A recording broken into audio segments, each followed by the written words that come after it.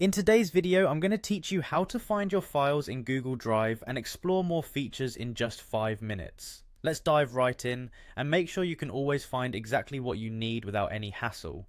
To begin, we'll start by heading over to your Google Drive homepage. Open your preferred web browser and navigate to the Google Drive website.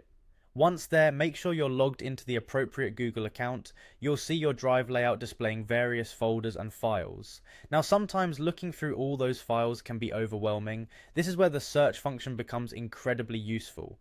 Right at the top of your Google Drive page, there's a search bar. You can simply click on it and type in a keyword related to the file or folder you need. It could be a part of the title or any word that you remember being associated with the item.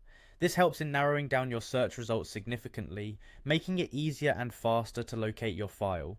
If you're seeing too many results and need to refine your search even further, there's a handy tool, the advanced search icon, which looks like a triangle funnel or a tiny arrow pointing downwards. Click on this icon and it will offer you several options to filter your search results. You can narrow down by file type, such as documents, spreadsheets, or presentations. There's also an option to specify the owner of the file, the date modified, or even words the file might contain. Another superb feature of Google Drive is the ability to search by file type. For instance, if you are looking for a PDF, you can specify that in the type section of your search filters.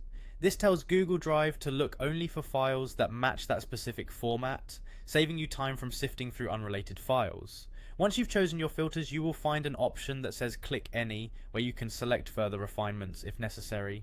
These can be particularly helpful if you know exactly which document you need, or if you're working frequently with a specific group of files. After you've made your selections, the next step is simple. Just click on the search button.